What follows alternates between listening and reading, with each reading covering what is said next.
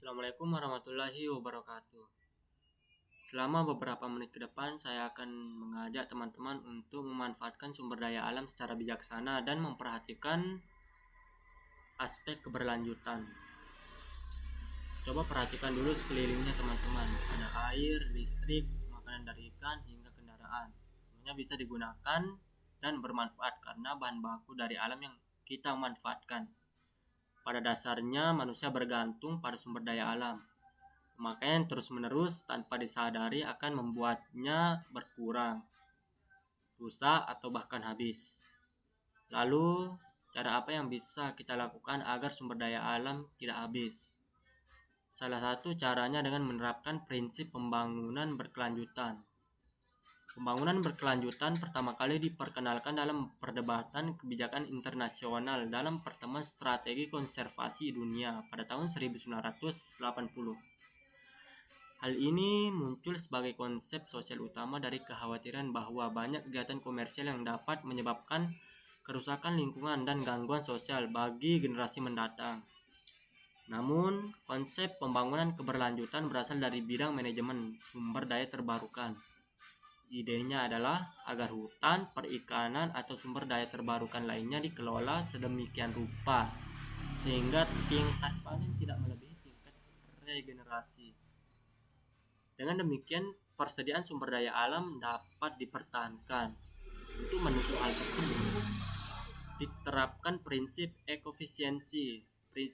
Prinsip ekofisiensi menyatakan bahwa bahan dan energi yang tidak termanfaatkan dalam suatu sistem proses produksi akan terbuang menjadi limbah dan menyebabkan meningkatnya masalah lingkungan.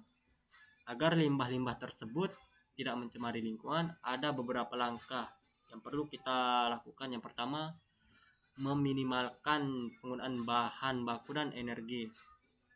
Yang kedua, meminimalkan pelepasan limbah beracun ke lingkungan. Yang ketiga, menghasilkan dan menggunakan produk yang dapat didaur ulang. Yang keempat, pemanfaatan sumber daya alam yang dapat diperbarui. Yang kelima, mampu menghasilkan dan menggunakan produk tahan lama sehingga tidak perlu sering membeli. Jadi, apalagi yang bisa kita lakukan untuk mencegah sumber daya alam agar tidak habis? Yang pertama itu ada selektif, yaitu memilih, menggunakan, dan mengusahakan sumber daya alam dengan sungguh-sungguh untuk kepentingan keberlangsungan hidup. Yang kedua, menjaga kelestarian. Untuk memanfaatkan sumber daya alam diperlukan penggunaan yang bijak dan sesuai dengan kebutuhan. Kemajuan teknologi juga bisa dimanfaatkan untuk menjaga kelestarian sumber daya alam. Yang ketiga, perlunya penghematan sumber daya alam atau mengurangi bahaya eksploitasi besar-besaran terhadap pemakaian sumber daya alam agar tidak rusak dan punah. Yang keempat, perlunya upaya pembaruan sumber daya alam hayati seperti reboisasi, mengembangbiakkan flora dan fauna secara modern, penanaman ladang secara bergilir, dan pengolahan tanah pertanian lahan basah dan lahan kering.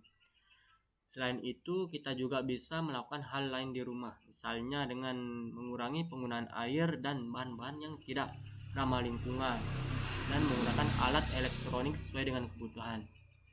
Mungkin itu saja yang bisa saya sampaikan tentang ajakan untuk memanfaatkan sumber daya alam dan memperhatikan aspek keberlanjutan. Sekian dan terima kasih. Wabillahi taufik wal hidayah. Wassalamualaikum warahmatullahi wabarakatuh.